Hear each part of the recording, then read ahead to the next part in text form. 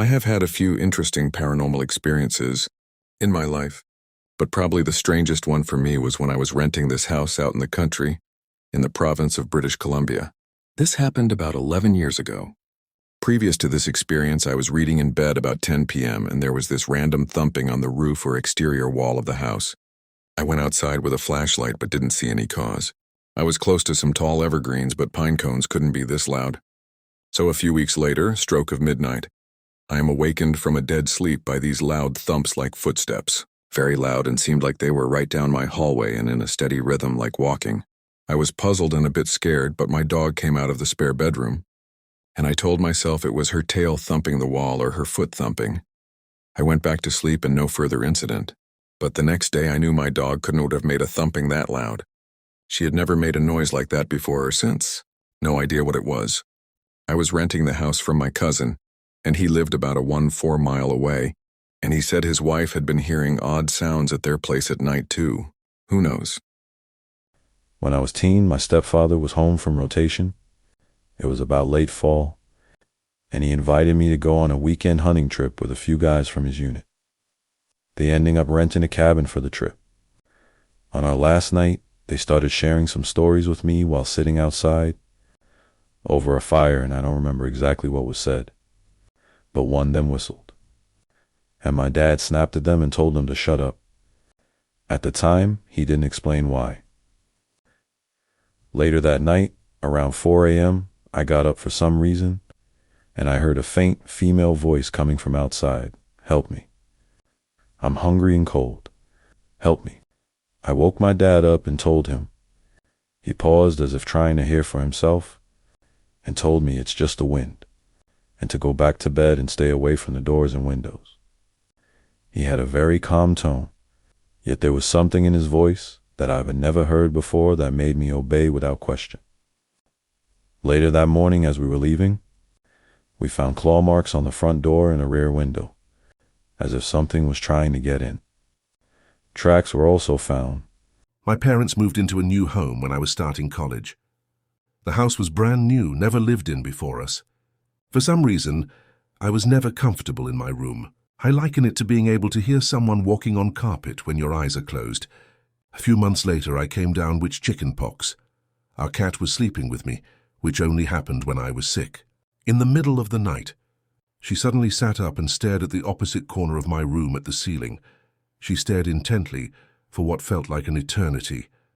Later on, almost every night when I went to bed, I would feel the bottom of my bed sink down like someone sat on it.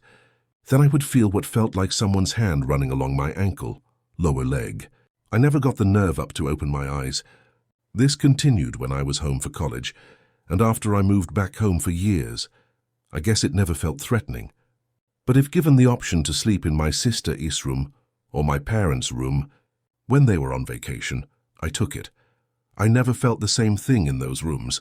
I tried to rationalize it as my sheets settling, but I never experienced it again after I moved out of that house.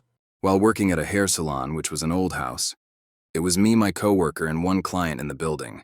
I'm up front, they are in the back, and I hear someone say my name, so I walk back there and say, "Did you call me?" They gave me the most scared look I've ever seen, and they said, "No, did you call us?" I said, "No."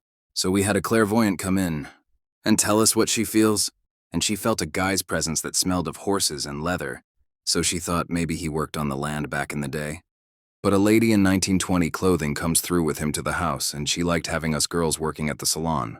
We left that building eventually, and another business is there, but I still think of my ghost and want to go visit her and see if the new tenants hear her ever. I've got a bunch, but the first one that comes to mind happened when I was about 9. I was a latchkey kid, so I was home alone a lot. One day, I was walking from my bedroom into the living room, and as soon as I crossed that threshold, suddenly I got very disoriented, and the whole atmosphere of the living room just became heavy, oppressive. I don't know. Anyway, I was dealing with that, and I heard very clearly what sounded like a little girl ask, "Can anyone come out and play?"